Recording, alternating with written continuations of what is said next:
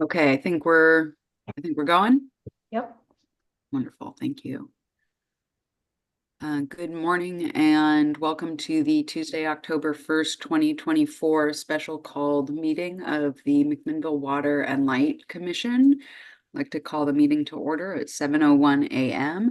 and ask the clerk to please do a roll call. Yes, Mayor Dropkin. Here. Commissioner Tate is excused this morning. Commissioner Tankersley. Here. Commissioner Gormley. Here. Commissioner Christensen. Here. Thank you. And we are first going to turn this over to Chad Hudson, our purchasing manager, to talk about engineering and architectural services, the notice of intent to award and to negotiate request for proposals number 20240178. Yeah, thank you, Mayor Drapkin. Good morning, all. Morning. Morning, Chad.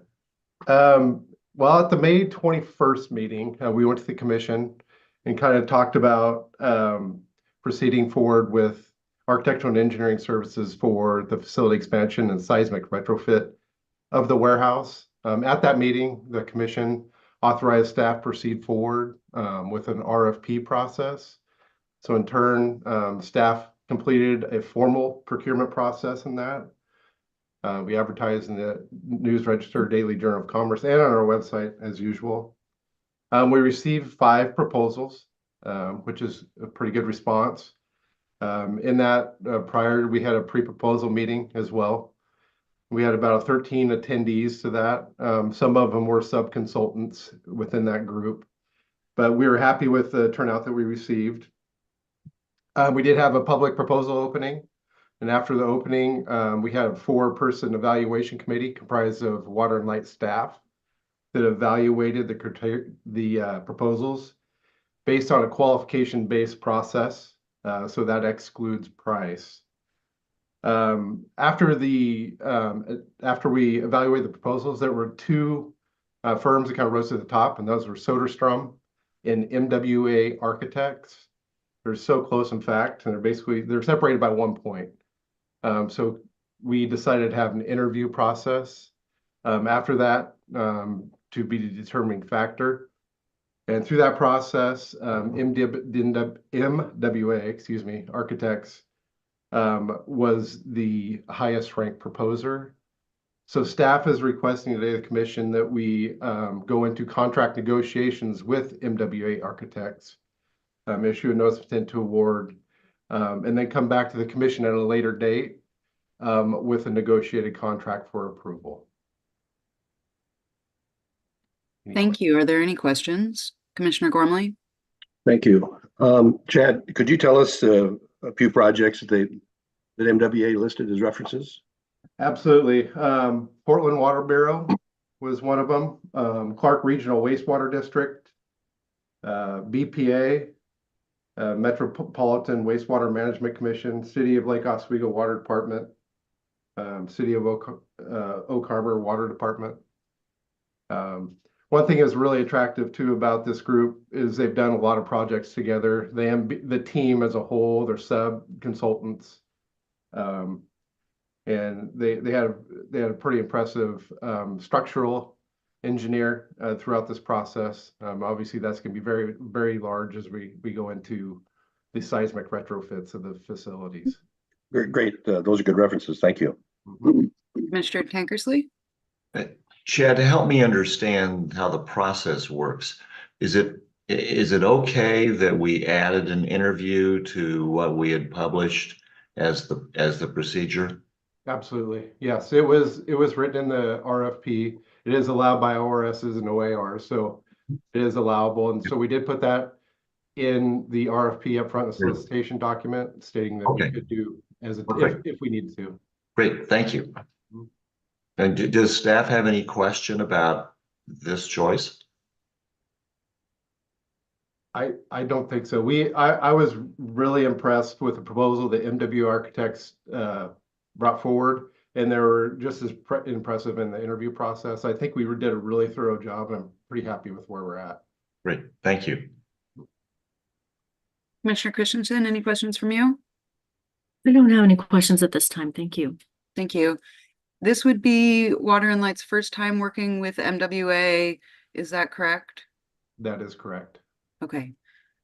Thank you. I would entertain a motion to approve. Mr. Justice, do you want to?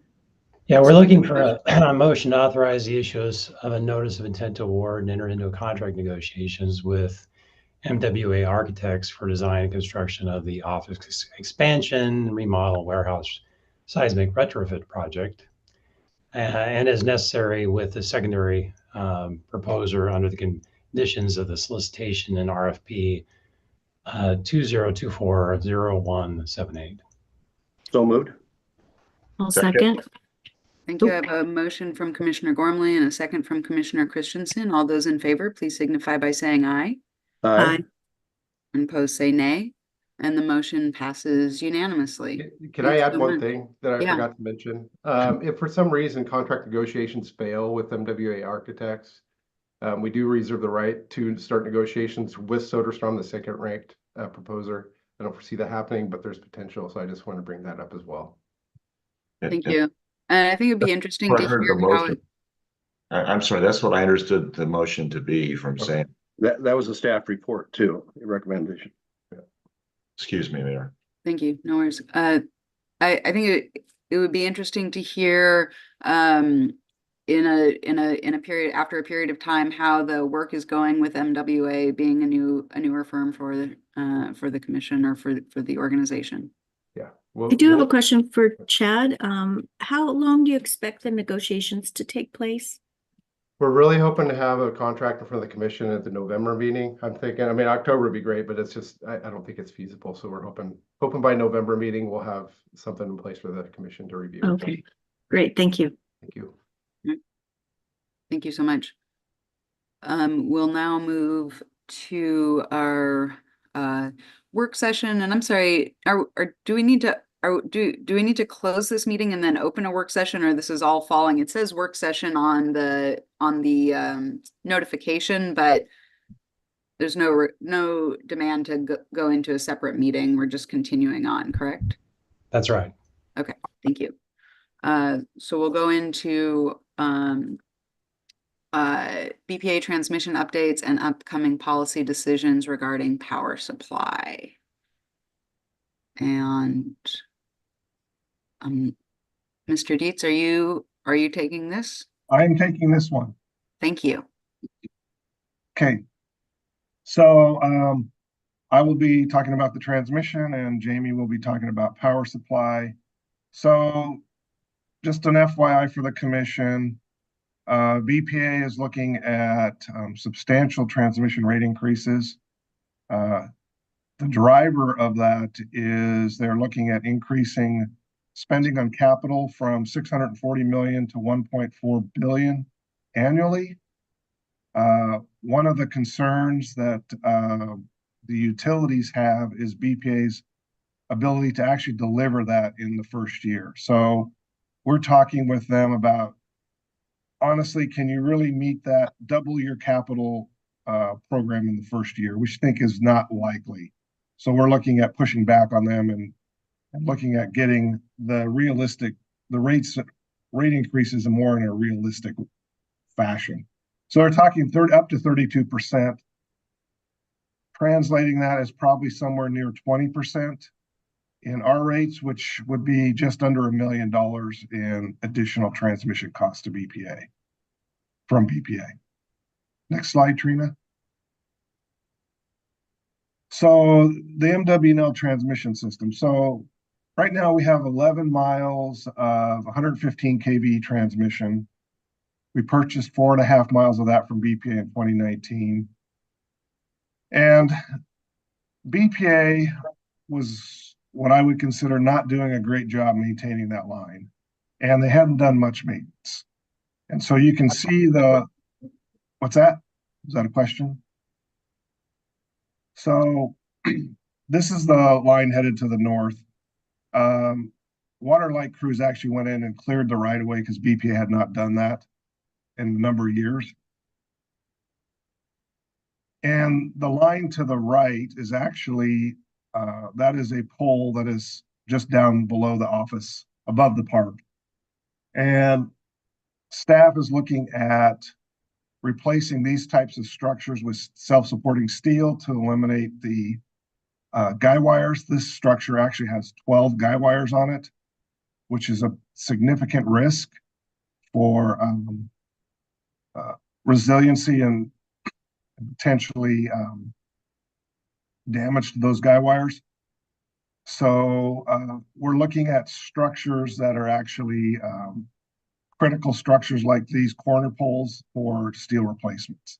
The tangent poles we would keep as wood, but in these types of locations, we were looking at steel.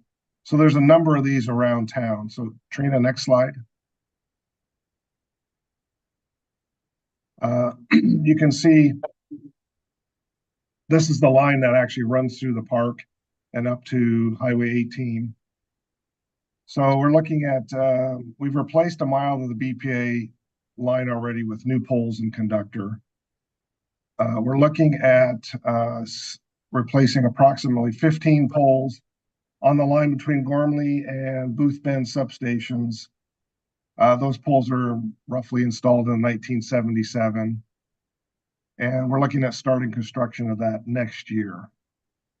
And then we're also looking at replacing a number of poles that are in the park or river crossings with steel self-supporting poles.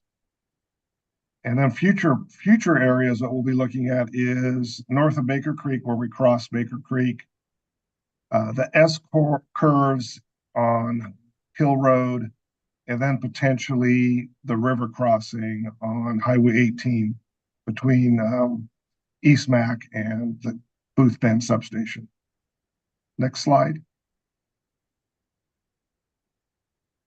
So as I've mentioned before, we actually had asked BPA to look at a potential 50 megawatt load on the 115 line between East Mac and Booth Bend substation. And that was what they call the line and load interconnect request.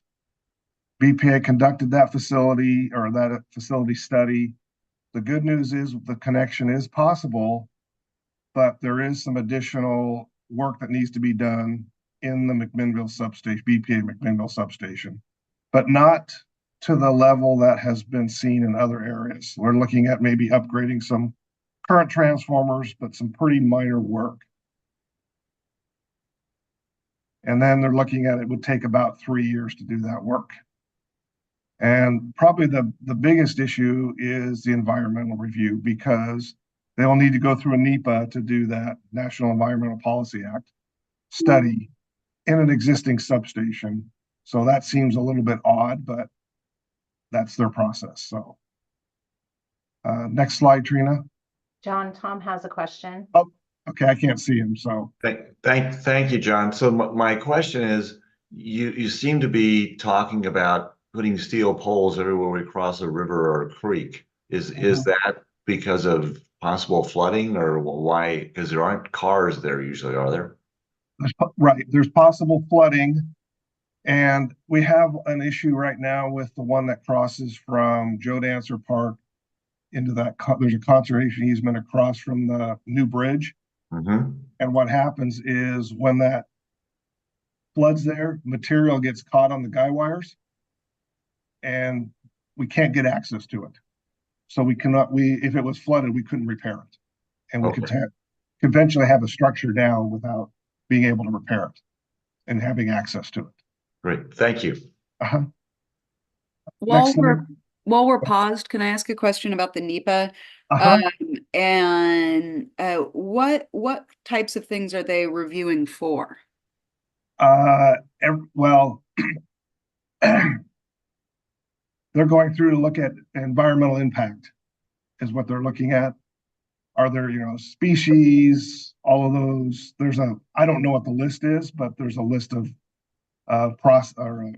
things they look at.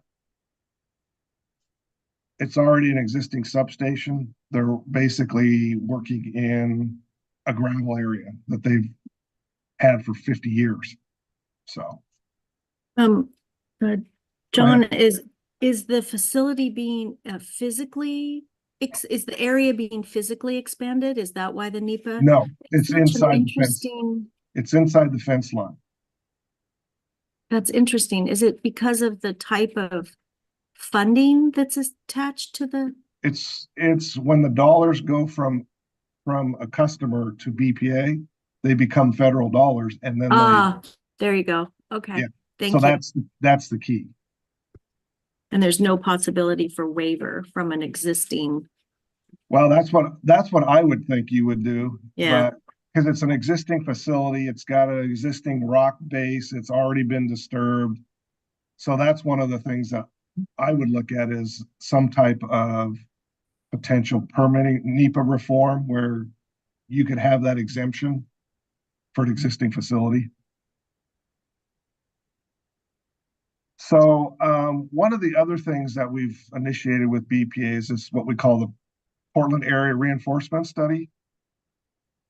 One of the challenges that BPA has had is they have not done a good job looking at subgrid. And what we mean by subgrid is we mean the system below the bulk electric system. So the local transmission that they have that delivers to us. So, lines into Forest Grove, lines into McMinnville, those types of areas. So we've actually got them to start doing a study. And I think they're going to do up to 150 scenarios and looking at the area around the north, it would be northwest Portland. So it would include McMinnville, Forest Grove, Columbia River PUD, Clascadie PUD, and the Portland general area to look at where there are weaknesses in the local transmission system. So this was something that we've been pushing BPA for quite a while. And finally, they're actually will hopefully have some preliminary results in November on what that looks like with a final report sometime in the spring. Trina, next slide. So the scenarios that we asked. John, Go can I ahead. ask a quick question about the previous slide? Have you been or has a staff member been engaged in this process? Yes. Okay. Myself, James, Brent, number of us. Okay, great. Thank you. So we're on top of the LLI we did. We actually asked Bonneville to look at scenarios, additional scenarios, including 100, 50, 100, and 200 megawatts on the 115 tap from Walnut City, 50, 100 megawatts at Windashar, and then another 50 megawatts at Cascade Steel. On top of the 50 megawatts, we were looking at EastMac to see what that does to the system and where we might potentially have weaknesses. So what this is actually the bulk system. So 500 kV is the red, 345 is the green, and then 230 is the blue. And what you can see is there's no blue, green, or red near us. The closest 230 to us is at Carlton, which comes from Sherwood. So that's one of the reasons we've been looking at this is how do we get some type of 230 loop? Next slide.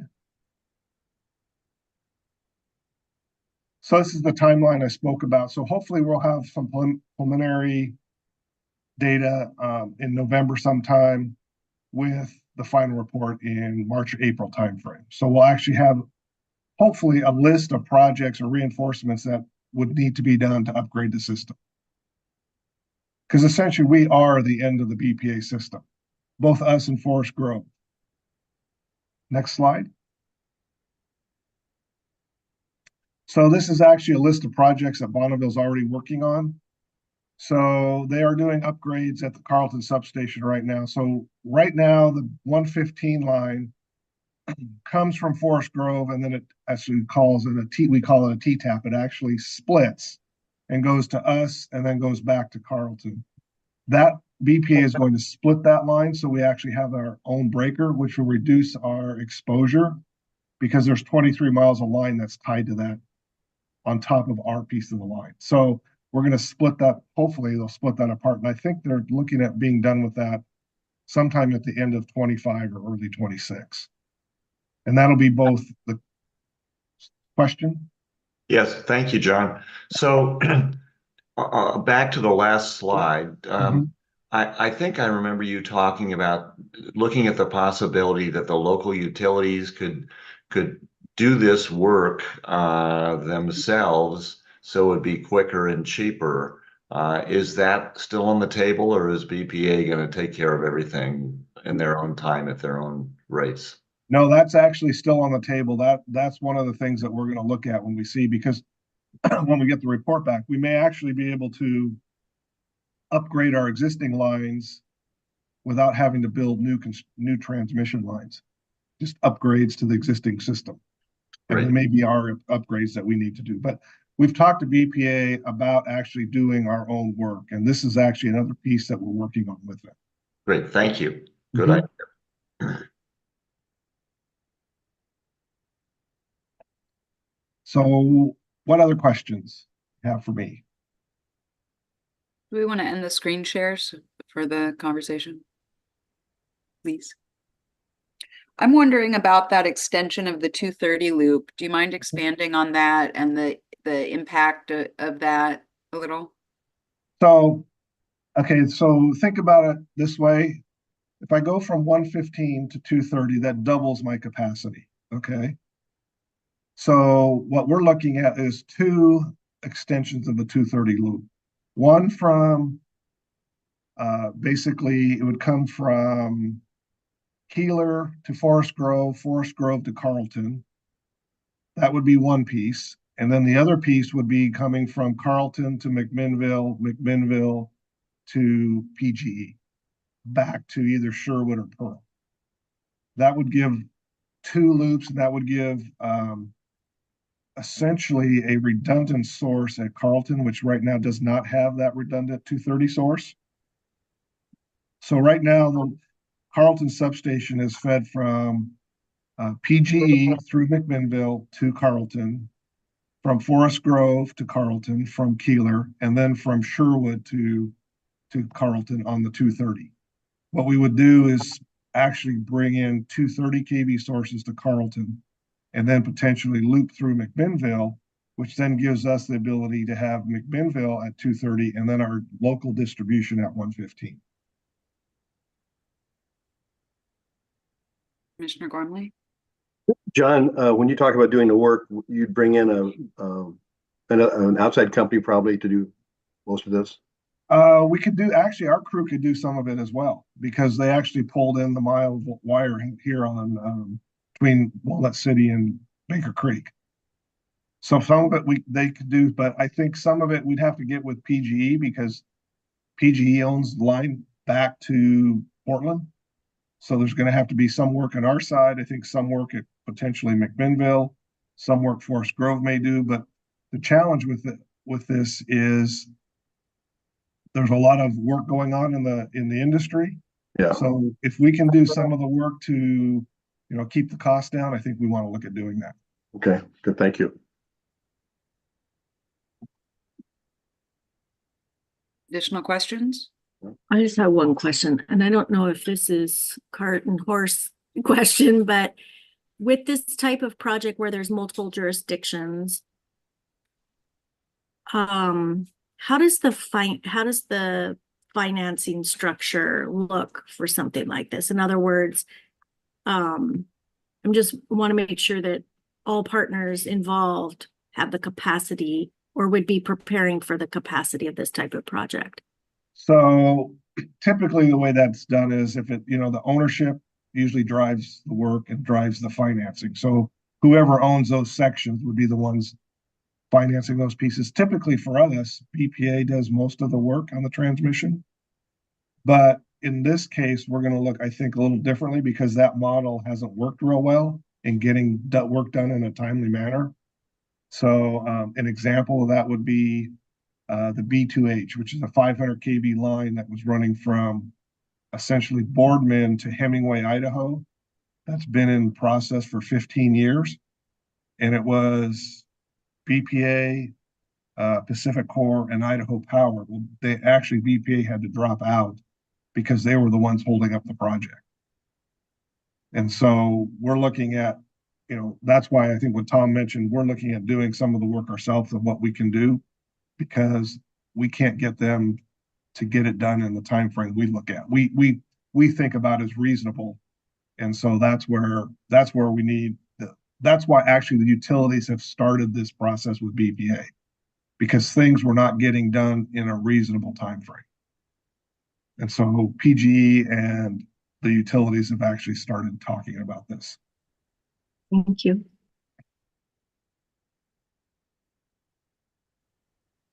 Okay, any additional questions or should we move on? I think we can go forward. Thank you. Is there a second part to the presentation? Yeah, okay. Thank you. Good morning. I'll take over from here. So I wanted to discuss with the commission a little bit of some policy consideration for the provider of choice contract surrounding contract high watermark allocation. And next slide, Trina. Thank you. As a reminder, we've discussed the contract high watermark previously, but Bonneville will recalculate the contract high watermark, which is a customer's access to power priced at tier 1. That recalculation will be performed in 2026 for the next contract period and will be set for the term of the provider of choice contract through 2044. And that calculation will use fiscal year 2023 as the index year, using actual loads normalized for weather and other anomalies. So the current, the preliminary calculation for McMinnville is currently 79.25 average megawatts of power priced at tier 1. And so considering that our loads are, above 80 average megawatts for that contract term, we are projecting to and immediately require a tier 2 purchase in the next contract. Next slide. So as we consider, how we want to manage and allocate our tier 1, I thought it would be a good reminder to discuss how we currently handle that. And in the regional dialogue contract, which is our current power contract, McMinnville and the commission decided to kind of sub-allocate our high water mark to the 2 contract customers that we have and our distribution sector, which is our residential and general service customers. And that allocation done back in 2008 or in 2011 was based on 2010 actual loads. And so that has allowed for a fair distribution of tier 1 power, and our industrial contracts are structured to pass through power costs, which has allowed us to allocate tier 2 costs fairly and to the group that requires the power. We also have a provision in the existing contract for sharing of tier 1 among those groups.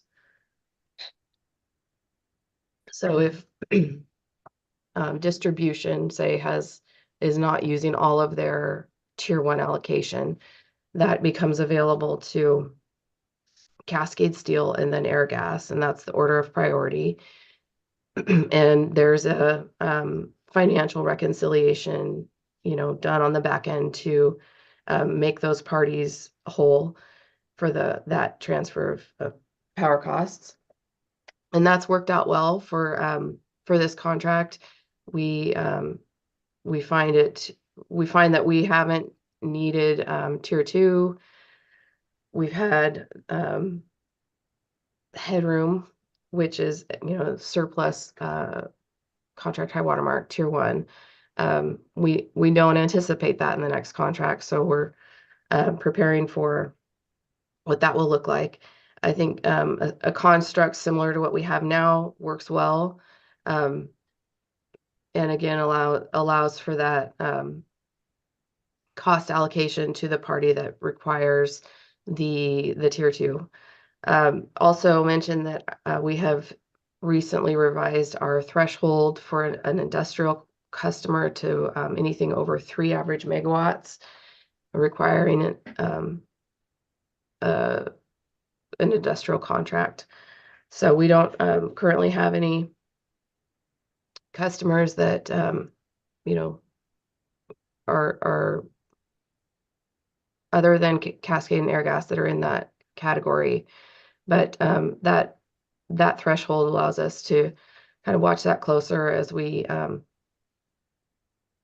move into a contract where tier 1 is very limited.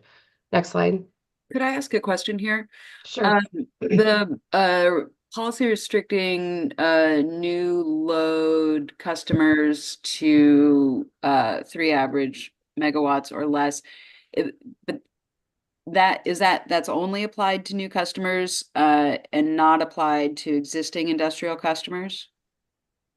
Well, if we had, say, a current customer, general service customer that was a megawatt and their load were to grow to 4 average megawatts, then they would become an industrial customer. And the reason that 3 average megawatts is sort of the threshold where we can serve it with equipment like our 1500 kVA transformers. We can install 2 of those. So beyond that, the ability to serve that load becomes a little more specialized, I suppose. Thank you. Mhm. So Jamie, if the load grows gradually, not by 3 megawatts, but just grows by, say, a half a megawatt every year, when they get over 3, are they then industrial customer no matter how quickly the load grew? Well, excuse me, that is how I would interpret our rate schedule today. Yes. Thank you. Mhm. Jamie, looking at just our normal growth in McMinnville, do we have anybody come, let's say the Innovation Center and that, would that load be such that it would pop up there? Or if Linfield added another science building or another dorm, I mean, are all those within our capacity without having to go to tier 2?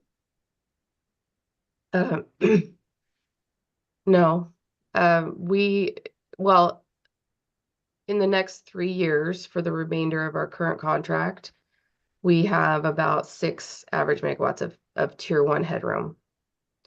But come 2029, with the recalculation of the high water mark, McMinnville as projected now, without any large additional loads, we are projected to require a tier 2 purchase in 2029. So at that point, would if say some new light industrial organization comes to the industrial park, let's say like another lumber operation, they could be looking at tier 2. And if the Innovation Center would get built in that time period, they'd be looking at tier 2 then also? That's correct. So do we have any sense of how much higher that's going to be? 15, 20%? The price. Yes. So currently tier 2 is about $62 a megawatt hour. Versus? And in the next contract, we're anticipating that to grow probably by 50%, around 80 to 90. And then what do you estimate tier 1 at? In the 40, 50 range, 50 range? Or tier 1 is roughly for McMinnville on an average basis, it's about $39. Yeah. So that's okay, for those people, they're going to pay double the power, and all of a sudden, this competitive edge we've had for decades is going to be behind us. But I assume other organizations are going to have the same problems too. I mean, it's kind of static. Exactly. Yeah.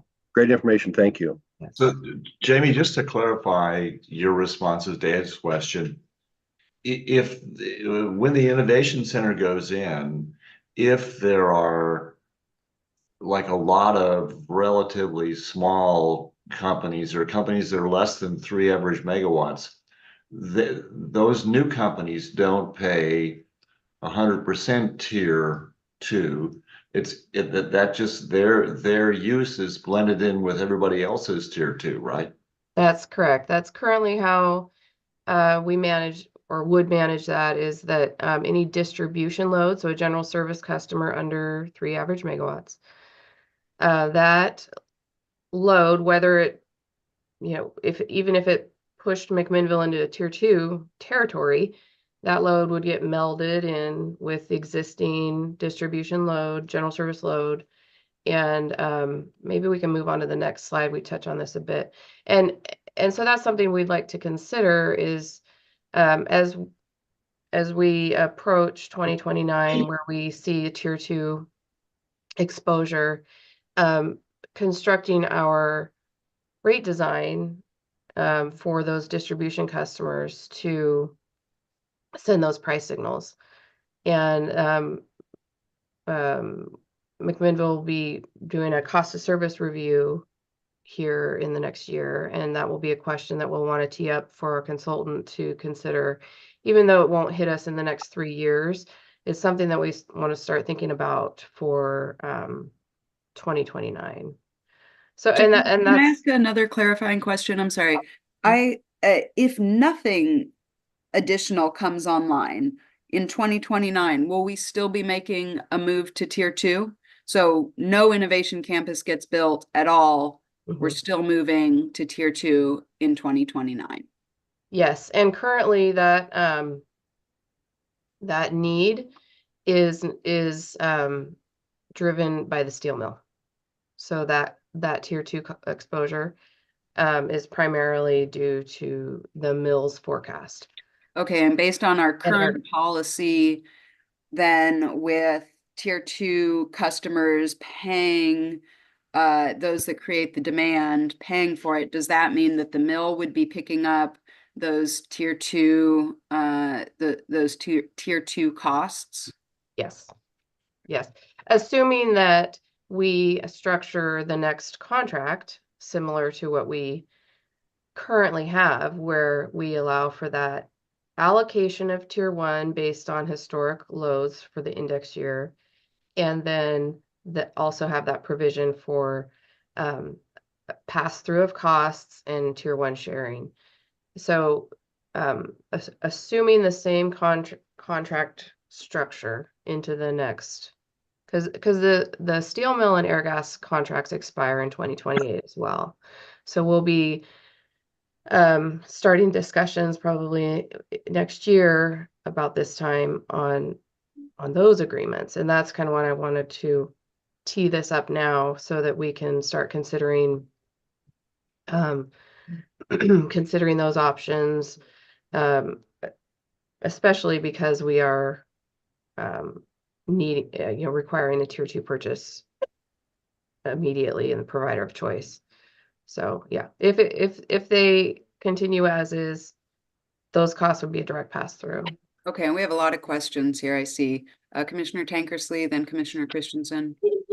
Jamie, under the current, if we had the same contract as the current contract, would tier 2 and assume everybody uses the same amount of power in terms of distribution and industrial, would industrial have part of the tier 2 and distribution have part of the tier 2, or would it all go to industrial?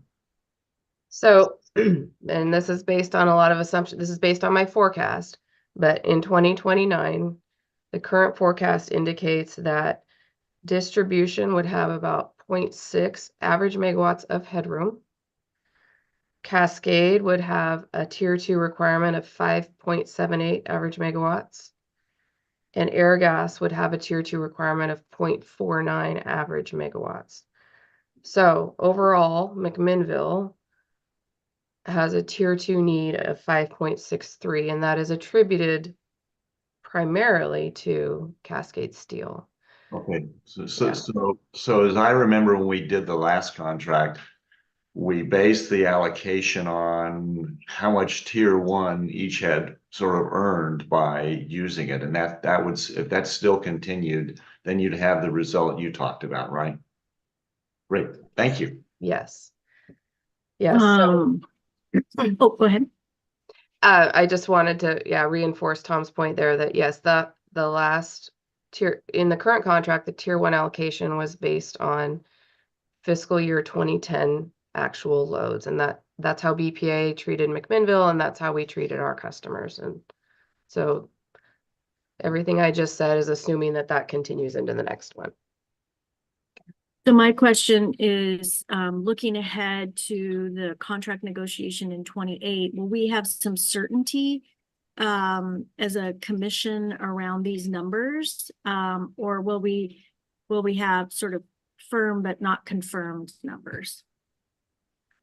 So in May or June of next year, we should have a better we'll have a draft contract from BPA that we can work from as far as like the contract framework. The contract high watermark calculation that BPA performs won't be done until 2026. We can develop a framework and allocation methodology prior to that, but the actual numbers won't be finalized until 2026 for how much contract high watermark McMinnville receives. There are some levers that BPA can pull and that will adjust. So that 79.25 is a snapshot based on a set of numbers, but it will change. I still think it's not going to change enough that we don't need tier two. I still think we're going to require tier two unless our load shifts dramatically. So we will move ahead with beginning the contract negotiations with our current industrial customers.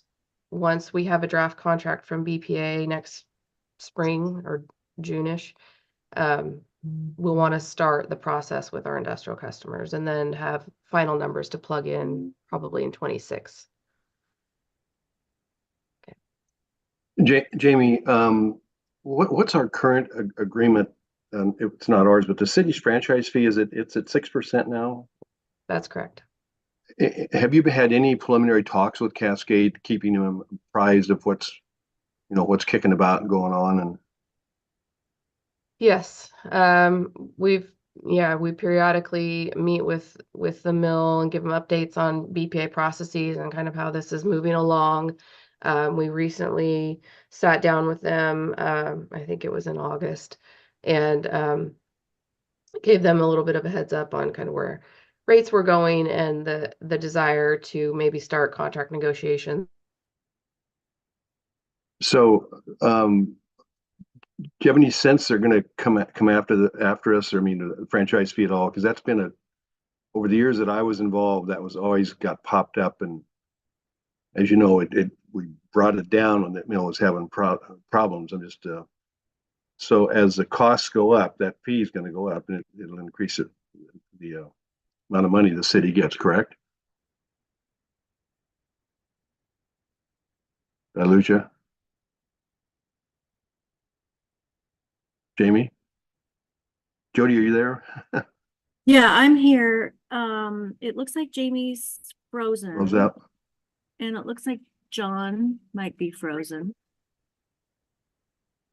Uh-oh. Something happened. It did look like everybody on that side had frozen up. So I guess we wait until they rejoin us. Mayor, you're muted. Or log out and log back in. Do you want us to? I think we should log out and log back in. Yeah, Okay. thanks.